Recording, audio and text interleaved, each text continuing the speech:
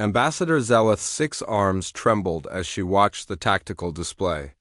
Red symbols filled the hologram, each one representing another fallen ship of the Cathara Defense Fleet, in the span of 3 solar cycles. Her people's proud armada had been reduced to scattered debris floating in the void. "How many ships do we have left?" she asked, her melodic voice cracking with despair. Fleet Commander Jorvak's usually pristine blue scales had dulled to a sickly gray. 17 vessels, Ambassador.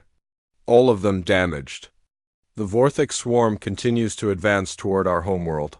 Zeleth closed her 4 eyes, feeling the weight of an entire civilization pressing down on her shoulders. The Cathara had known peace for over 2,000 years. Their weapons were ceremonial, their military training focused on rescue operations and scientific expeditions. They had never encountered anything like the Vorthic. The enemy had emerged from the galactic rim without warning, a writhing mass of biological ships that consumed everything in their path. Planets, moons, entire star systems disappeared into their hungry maws. The few refugees who escaped spoke of horrors beyond imagination. Cities dissolved in acid rain, populations harvested for biomass. Entire ecosystems converted into more Vorthic vessels. The evacuation of Cathara Prime is proceeding, but slowly, Drova continued. We estimate another 10 cycles before the civilian transports clear the system. The Vorthak will reach our homeworld in 6. Zeleth's hearts sank. The mathematics were simple and brutal. Her people would not survive. "Ambassador," a junior officer called out, her voice filled with desperate hope. "I'm detecting an incoming transmission. It's not from any known Cathara frequency." The holographic display shifted, revealing a young face with strange, bilateral features and small, dark eyes. The being's skin was a pale pink color, and sparse fur grew only from the top of its head. Zeleth had seen this species before in the galactic databases, though she had never encountered one personally. "This is Captain Sarah Chun of the Terran vessel Phoenix," the human said. "We received your distress call. We're responding." Zeleth felt a mixture of confusion and crushing disappointment. The Terrans were newcomers to the galactic community, having achieved faster-than-light travel only decades ago. They were also classified as Deathworlders, beings from planets so hostile that they had evolved into creatures of violence and brutality. What could a few primitive ships possibly do against the Vorthak swarm? "Captain Chun," Zeleth replied, forcing politeness into her voice despite her despair. "We appreciate your concern, but the situation is beyond hope. The Vorthik swarm numbers in the thousands. Even our most advanced defensive technologies have proven useless against them." The human's face remained unchanged, showing none of the fear or horror that Zeleth expected. "How much time do you have before they reach your homeworld?" 6 cycles, perhaps less. "Captain, you should flee while you can. There's no point in adding your ship to the casualty count." Something flickered across the human's features, not fear, but something else entirely. Something that made Zeleth's blood run cold despite the warmth in her veins. "Ambassador, you called for help." "Help is what you're going to get." The human paused, and Zeleth caught a glimpse of movement behind her as other figures passed by the viewscreen. "We're not just one ship. The entire Terran Third Fleet is en route to your position. ETA is 5 cycles. An entire fleet?" Zeleth's voice rose in pitch. "Captain, you don't understand. The Vorthak aren't like anything in the galactic database. They're a hive mind, utterly ruthless. They don't negotiate, they don't retreat, they only consume." "We've read your reports," Captain Chun replied calmly. "Biological ships, acid weapons, overwhelming numbers. We understand exactly what we're facing." "Then why are you coming?" "This is suicide." For the first time, the human smiled, and Zeleth felt her blood freeze entirely. There was no warmth in that expression, no humor. It was the smile of a predator that had just caught scent of prey. "Ambassador, there's something you need to understand about humans. We don't run from monsters." The captain leaned forward slightly. "We are the monsters." The transmission ended, leaving the bridge in stunned silence. Zeleth stared at the empty hologram, her mind struggling to process what she had just heard. The Terrans were coming to fight the Vorthak, not to evacuate, not to negotiate, but to fight. It was madness, Admiral, Jorvik whispered. What do we do? Zeleth looked around the bridge at her officers, seeing her own confusion and desperate hope reflected in their faces. The humans were Deathworlders, that much was true. The few reports about their homeworld described a planet of constant danger, weather systems that could level cities, predators that hunted in coordinated packs, geological activity that reshaped continents. Any species that survived such an environment would certainly be formidable, but formidable enough to face the Vorthak. The same swarm that had consumed 3 stellar civilizations without losing a single vessel. We continue the evacuation, she finally decided, and we prepare to witness either salvation or the galaxy's most spectacular failure. Over the next 3 cycles, the Cathara worked frantically to evacuate their homeworld. Massive transport ships, originally designed for scientific expeditions, were packed with civilians. Ancient cargo haulers, museum pieces that hadn't flown in centuries, were pressed into service. Every vessel that could achieve orbit joined the Exodus. Zeleth divided her time between coordinating the evacuation and monitoring. Long-range sensors for signs of either the approaching Vorthak or the promised human fleet. The Vorthak were easy to track. Their biological signatures burned across space like a plague, leaving dead systems in their wake. The humans, however, remained invisible. Perhaps they reconsidered, suggested one of her advisors during a particularly stressful planning session. Deathworlders or not, even they must recognize the futility of this situation. Zeleth wanted to agree, but something about Captain Chin's expression haunted her. That cold smile, the absolute confidence in her voice when she spoke of monsters. The humans were coming, she was certain of it. On the 4th cycle, her certainty was vindicated. Ambassador. The sensor operator's voice cracked with excitement and terror. I'm reading massive gravitational distortions at the edge of the system. Something big is coming out of hyperspace. The tactical display lit up with new contacts. At first, Zeleth thought the sensors were malfunctioning. The readings were impossible. Ship after ship materialized at the system's edge, their profiles unlike anything in the galactic databases. Where Cathara vessels were elegant curves of crystal and metal, these human ships were brutal. Angular constructions that looked less like spacecraft and more like weapons given the ability to travel between stars. How many? Zeleth whispered. The operator's voice shook as he responded. I count 200 vessels, Ambassador. And they're still coming. More ships continued to drop out of hyperspace, massive dreadnoughts bristling with weapon arrays. Sleek destroyers that moved with predatory grace. Carrier vessels that launched clouds of smaller craft like angry insects. The human fleet arranged itself in perfect formation. A wall of steel and fury between Cathara, Prime, and the approaching swarm. Zeleth's personal communicator chimed with an incoming transmission. Captain Chin's face appeared again, but this time she was wearing what looked like combat armor, her expression grim and focused. Ambassador, this is Captain Chun aboard the Dreadnought Retribution. We've reviewed your tactical data and deployed accordingly. I want you to move all civilian vessels to the far side of your star and maintain position there until we give the all-clear. Captain, the Vorthak will be here within 2 cycles. Surely you've seen the sensor readings. They outnumber your fleet 5-1. Numbers aren't everything, Ambassador. Trust me, we've handled worse odds. The human paused, and Zeleth caught a glimpse of the bridge behind her, other humans moving with efficient precision, their faces set in expressions of cold determination. There's one thing you should know before this begins. What? We didn't come here to save your people out of altruism. Humanity has a strict policy regarding species like the Vorthak. Captain Chain's voice became harder, more dangerous. We don't tolerate genocidal swarms in our neighborhood. This isn't a rescue mission, Ambassador. It's an extermination. The transmission ended, leaving Zeleth staring at the tactical display. The human fleet had spread out across the system in a complex formation that looked almost ceremonial. But as she studied their positioning, she began to recognize the pattern. It wasn't ceremonial, it was a trap. a carefully constructed killing ground with her homeworld as bait. "All civilian vessels, this is the ambassador," she announced over the general communication channel. "Proceed to the designated safe zone immediately, and may the ancestors watch over us all." As the evacuation ships moved to safety, Zelith remained on her command vessel, unwilling to abandon her post even in the face of certain death.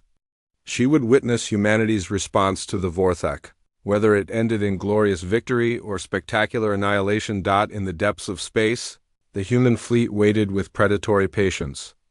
And somewhere beyond the system's edge, the Vorthak swarm approached, unaware that for the first time in their existence, they were about to encounter prey that could bite back. The stage was set for a battle. The Vorthak swarm emerged from hyperspace like a living nightmare. Zelith watched in horror as thousands upon thousands of organic vessels materialized throughout the Cathara system, their writhing forms pulsing with bioluminescent veins that looked disturbingly like infected wounds. Each ship was unique, yet part of the same hideous whole. Some resembled massive arthropods with razor-sharp appendages. Others looked like diseased organs grown to impossible size. The swarm moved with perfect coordination, flowing through space like a school of predatory fish. No communication passed between the vessels that the Cathara sensors could detect, yet every ship knew exactly where to go, what to do. The hive mind guided them all. "Sweet ancestors," whispered Commander Jorvik, his voice barely audible. "There are so many." Zelith couldn't respond. The sensor readings were overwhelming. 15,000 Vorthak vessels of various sizes, from nimble fighters no larger than shuttles to massive bioships that dwarfed even the largest Cathara dreadnoughts. The organic fleet spread out in a vast web, surrounding the human formation like antibodies targeting an infection. The human ships remained motionless, holding their positions in the carefully arranged formation they had established. To Zelith, they looked impossibly small against the approaching swarm. 200 vessels against 15,000. The mathematics were beyond hopeless. "Ambassador," came Captain Chun's voice over the communication channel. "Beginning engagement in 30 seconds. Whatever happens, keep your civilian vessels behind the star. Do not approach the combat zone under any circumstances. Captain, please reconsider this madness. Your ships will do exactly what they were designed to do." The human's voice cut through Zelith's plea with mechanical precision. "Humanity doesn't surrender, Ambassador. We never have." The communication ended and the waiting began. Zelith found herself holding her breath as the Vorthak closed the distance to the human fleet. The bioships moved faster than anything she had ever seen, their organic propulsion systems pushing them forward with terrifying acceleration. They would reach the humans in moments, then something changed. The human ships, which had been drifting in formation like sleeping giants, suddenly came alive. Thruster arrays ignited across their hulls, creating patterns of blue-white light that looked almost like war paint. Weapon systems that had been hidden behind armor plating extended like the spines of some mechanical predator. The lead elements of the Vorthak swarm reached optimal firing range and opened up with their bioweapons. Streams of corrosive acid, living projectiles that writhed through space, and energy bursts that crackled with organic electricity filled the void between the fleets. It was the same devastating barrage that had shattered the Cathara. "Defense fleet in hours. The human." Response was immediate and utterly unlike anything Zelith had ever witnessed. Every human ship opened fire simultaneously, and space itself seemed to scream. Massive kinetic projectiles, accelerated to near-light speed, tore through the void with such violence that they left visible distortions in their wake. Energy weapons that burned brighter than stars carved through the approaching swarm like surgical scalpels.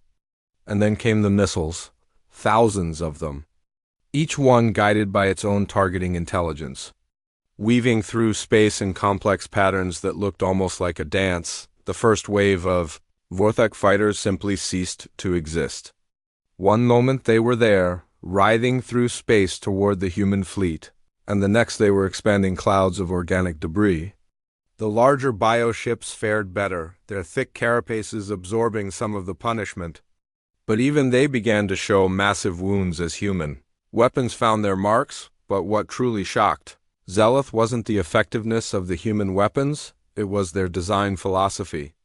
Kithara weapons were precise, elegant tools meant to disable rather than destroy. The bioweapons of the Vorthek were brutal, but driven by hunger and instinct. Human weapons were something else entirely. They were designed to kill, and they were very, very good at it. By the ancestors, breathed the sensor operator.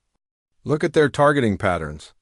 Zeleth studied the tactical display and felt her blood run cold. The human fleet wasn't just fighting the Vorthek, they were systematically dismantling them. Each shot was placed with surgical precision, targeting structural weak points, disabling propulsion systems, and creating maximum damage with minimum effort. This wasn't the desperate flailing of cornered prey. This was the calculated work of apex predators, the Vorthek, encountering true resistance for the first time in their existence, adapted quickly. The swarm began to flow around the human formation, trying to surround and overwhelm them through sheer numbers. It was a tactic that had worked against every other species they had encountered. The humans were ready for it. All ships. Initiate Protocol 7. Captain Chen's voice cut through the chaos of battle. Calm and professional despite the violence erupting around her fleet, the human formation suddenly exploded into motion. Ships that had been holding positions scattered in what looked like random directions, breaking apart into smaller groups that moved with perfect coordination. Zeleth realized with growing amazement that this wasn't chaos, it was another trap. Carefully planned and flawlessly executed, the Vorthek, following their instincts, pursued the scattered human vessels, trying to surround and destroy them individually. Instead, they found themselves channeled into killing zones where human ships waited in ambush. The mathematical precision of it was breathtaking and terrifying in equal measure. How are they doing this? Jorvik whispered, staring at the tactical display in awe and horror. The coordination, the timing, it's impossible without a hive mind. Zeleth watched a group of human destroyers execute a perfect pincer movement against a Vorthek bioship 10 times their size. The human vessels moved like pack hunters, each one knowing exactly where the others would be, each shot timed to maximize the effectiveness of their combined assault. The massive bioship, caught in their crossfire, came apart in sections, its organic structure unable to withstand the focused fury of human weapons. They don't need a hive mind, she realized. They're doing it through training and trust. The battle raged for hours, and with each passing moment, Zeleth's understanding of humanity changed. She had read the reports about Deathworlders, about species that evolved on planets so dangerous that they developed into living weapons. But she had never truly understood what that meant until now. Humans weren't just warriors. They were the ultimate expression of warfare itself. Every tactic they employed, every weapon they used, every maneuver they executed spoke of a species that had spent millennia learning how to kill effectively. They fought not with the desperate savagery of cornered animals, but with the cold professionalism of creatures who had made war into an art form. The Vorthek, for all their numbers and biological advantages, had never encountered anything like this. Their tactics were based on overwhelming force and natural weapons, against the elegant, terrifying precision of human military doctrine. They were like children playing with toys. One by one, the bioships fell. The human fleet moved through them like a scythe through grain, cutting down everything in their path with mechanical efficiency. Vorthak vessels that tried to retreat found their escape routes blocked. Those that attempted to form defensive positions discovered that human weapons could reach them from distances that made their own. The bioweapons useless, Ambassador? Captain Chin's voice came through the communication channel again. Though now Zeleth could hear the sounds of combat in the background, alarms, shouted orders, the distant rumble of weapons fire. We're detecting Vorthek reinforcements approaching from the outer system. Estimate another 8,000 vessels. Zeleth's heart sank. The humans had performed miracles, destroying more than half the original swarm, but they couldn't possibly face another 8,000 fresh enemies. Their ammunition had to be running low, their ships had to be taking damage despite their superior tactics. "Captain, you've done more than anyone could have asked. Take your fleet and withdraw. You've given us time to complete the evacuation. Negative, Ambassador. We haven't finished the job yet." The communication cut off, and Zeleth watched in amazement as the human fleet began to regroup. Ships that had been scattered across the system came together in a new formation, this one tighter and more aggressive than the first. Despite hours of combat, despite facing impossible odds, they showed no signs of retreat. The reinforcement swarm arrived like a second wave of nightmares, fresh bioships eager for the feast they expected to find. Instead, they found a human fleet that had learned from the first engagement, adapted its tactics, and was ready to apply those lessons with devastating effect. The second battle was shorter and more brutal than the first. The humans no longer bothered with complex formations or elaborate traps. They simply advanced directly into the heart of the swarm, their weapons blazing, carving a path of destruction that left the void filled with organic debris. Zeleth watched a human dreadnought, the Retribution. She realized Captain Chun's flagship charged straight toward the largest bioship in the Vortex swarm. The organic vessel was the size of a small moon, its surface covered with weapon ports and acidic projections. It should have been able to destroy the human ship easily. The silence that followed the battle was more deafening than the combat itself had been. Zeleth stood on the bridge of her command vessel, staring at sensors that showed nothing but debris where moments before the greatest threat to galactic civilization had existed. Scattered fragments of bioships drifted through space like the remains of some vast, organic graveyard. The human fleet maintained their positions throughout the system, their ships dark and silent except for the soft glow of running lights. They looked like sleeping predators, temporarily sated but ready to strike again at a moment's notice. "Ambassador," the communications officer's voice was barely a whisper. "We're receiving a general transmission from Captain Chun." Zeleth nodded, though she wasn't sure she was ready to face the humans again. The beings she had just watched systematically destroy the Vortex swarm were no longer the primitive newcomers she had thought them to be.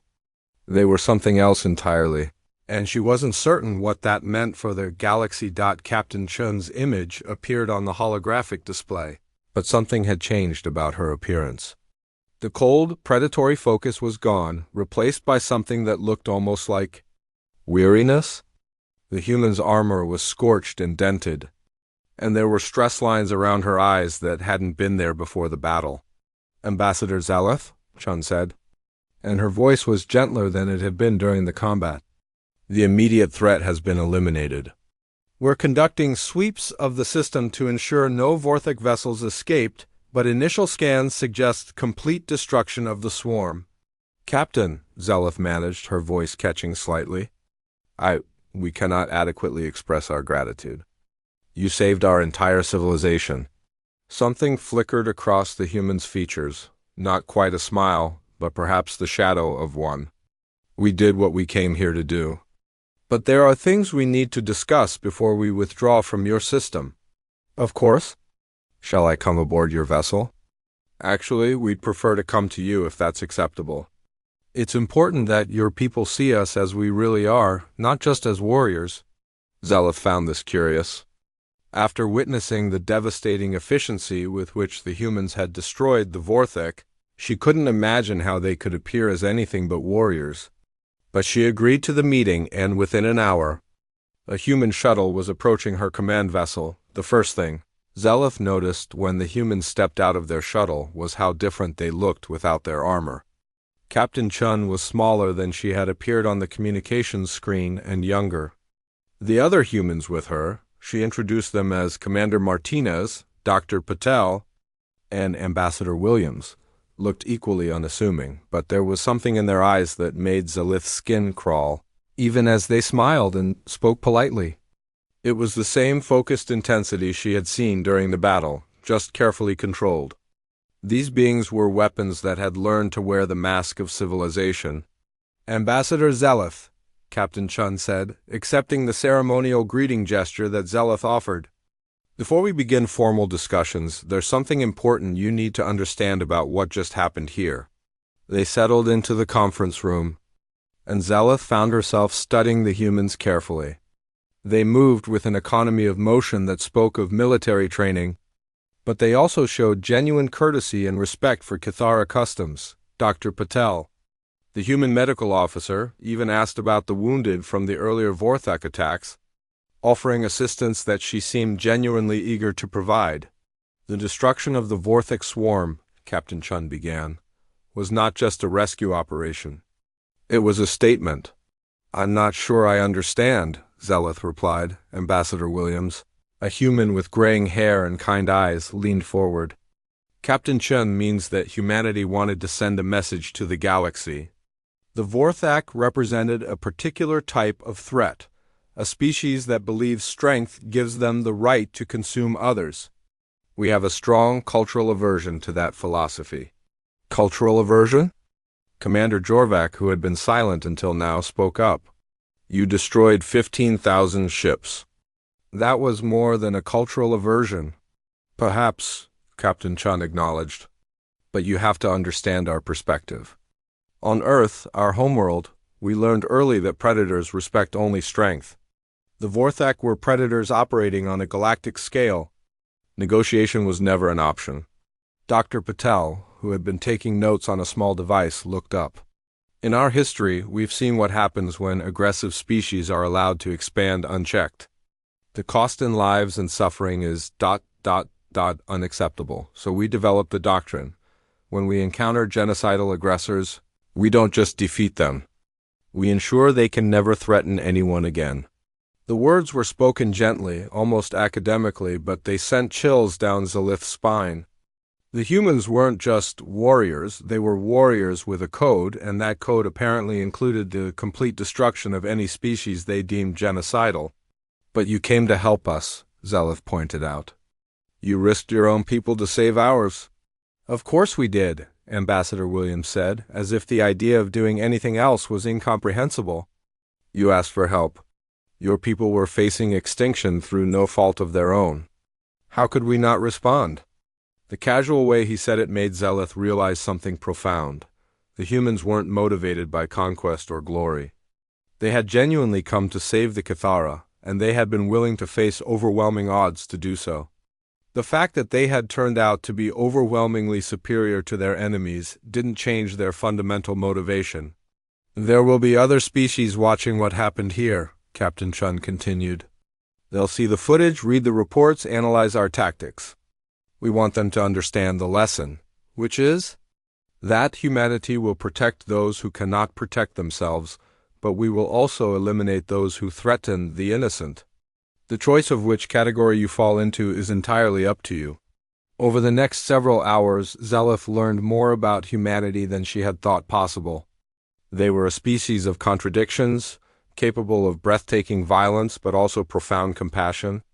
Their military doctrine was based on the complete destruction of enemies, but their civilian policies focused on aid and cooperation with other species.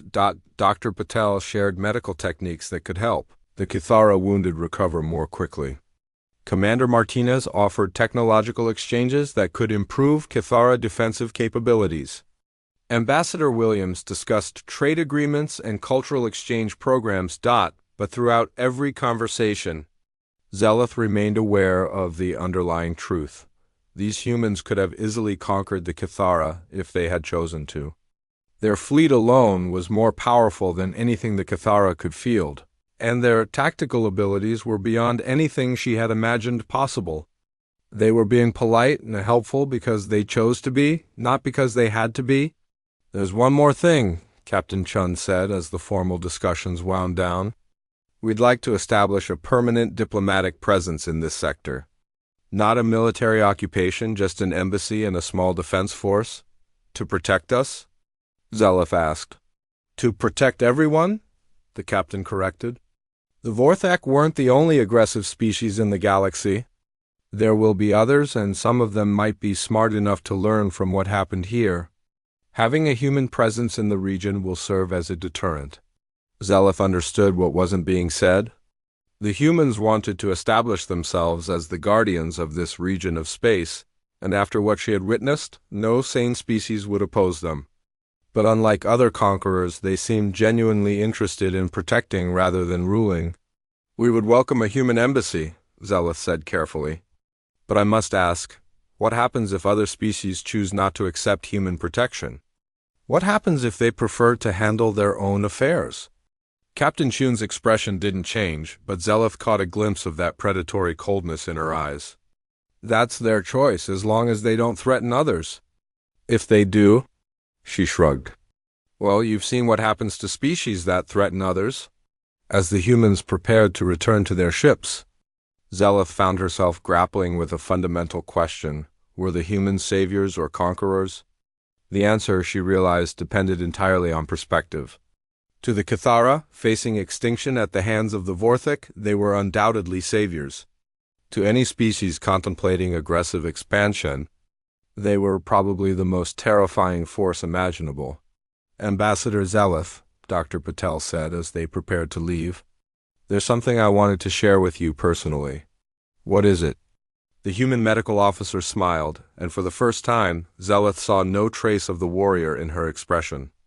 "We have children back on Earth, families, loved ones, dreams and hopes just like yours. When we heard your distress call, every one of us thought about what it would mean if someone threatened our families. That's why we came. That's why we'll always come." After the humans departed, Zeleth stood alone in the conference room, trying to process everything that had happened.